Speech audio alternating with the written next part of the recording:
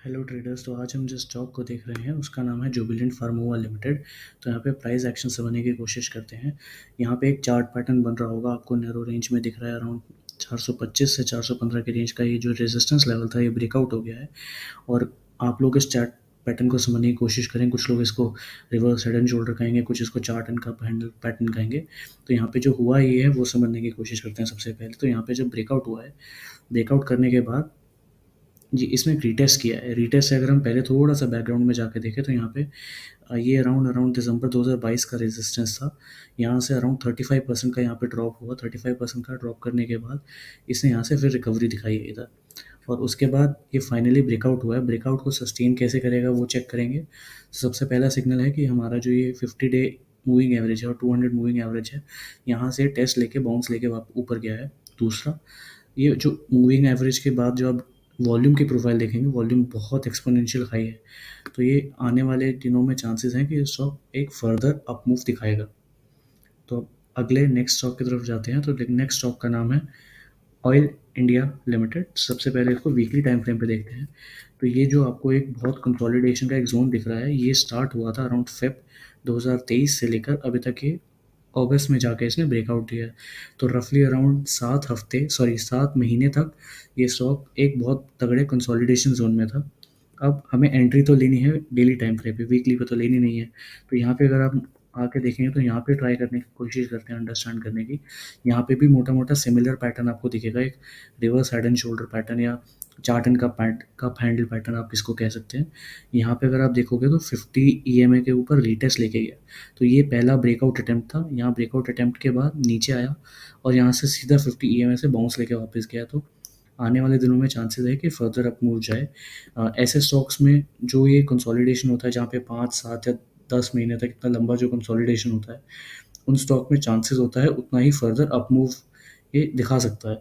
और target identify करने के लिए ये जो एक ये पैटर्न का जो ये डीप लो होता है, इसको हम आइडेंटिफाई करते हैं कि जैसे फॉर एग्जांपल ये रेंज थी ऑलमोस्ट 10% की, जिसमें ये कंसोलिडेट किया था। ये जो इसका डीप गया था, तो अगर हमें इसका टारगेट एनालाइज करना है तो हम इसको ऑलमोस्ट ऑलमोस्ट यहाँ से 10% के आसपास सेम ले सकते हैं, जो कि अराउंड 319 आएगा। तो अगर हम इसको बड़े टाइम फ्रेम पे जाके देखें तो अराउंड 300 के पास एक छोटा सा रेजिस्टेंस है, तो जहाँ पे हमारा पहला टारगेट हिट हो सकता है।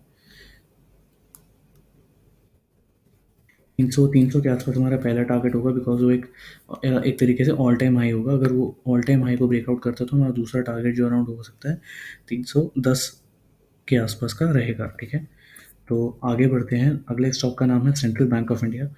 यहाँ पे भी ऑलमोस्ट सिमिलर पैटर्न बन रहा है, reverse head and shoulder pattern.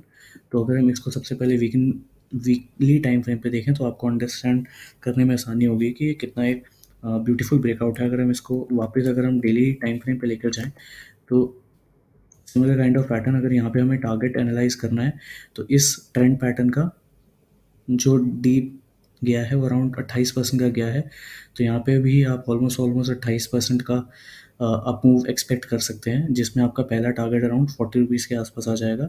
अब जब मैं कह रहा हूँ इसमें यहाँ पे 28% एक्सपेक्टेड है, तो ऐसा नहीं है कि पहले ही दिन स्टॉक सीधा प्राइस दे के एक हफ्ते में या 4 दिन में आपका टारगेट पूरा हो जाएगा।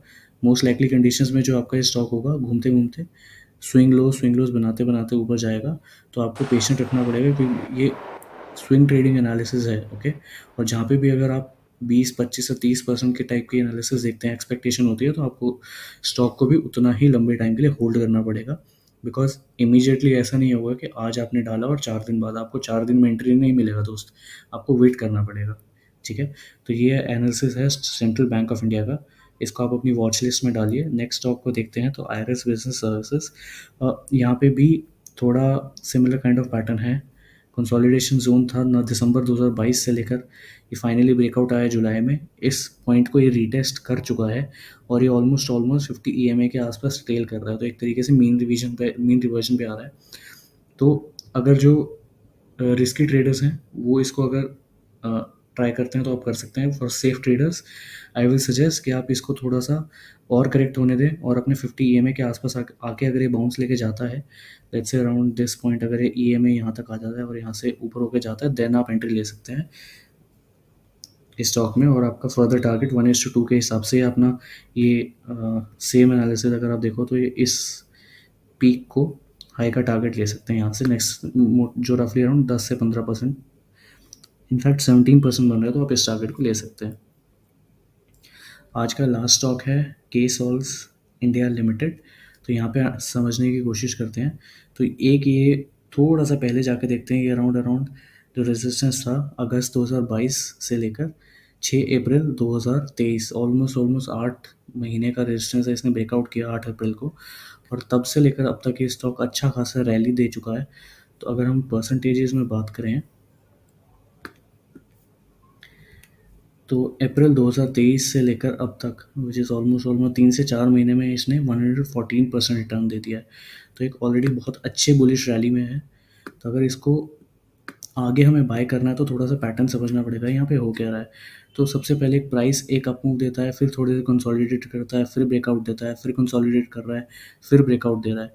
तो अगर आप इस स्टॉक में एंट्री ले रहे हैं तो बहुत ज़्यादा हाई चांसेस हैं कि ये स्टॉक शायद 10 से 15 दिन या 20 दिन एक कंसोलिडेशन जोन में रहे। अगर आप देखोगे तो ये ऑलमोस्ट ऑलमोस्ट 40 बार्स हैं जहाँ से इसमें कोई मूवमेंट नहीं आई। मई से लेकर जुलाई 2 महीने तक ये कंसोलिडेट करा, फिर इसने ब्रेकआउट दिया, राइट। अगर सेम चीज़ अगर हम दूसरे कंसोलिडेशन जोन में देखें तो ये भी जुलाई से लेकर अगस्त ऑलमोस्ट एक महीना 10 दिन तक ये कंसोलिडेट होता रहा, उसके बाद जाके इसने ब्रेकआउट दिया है।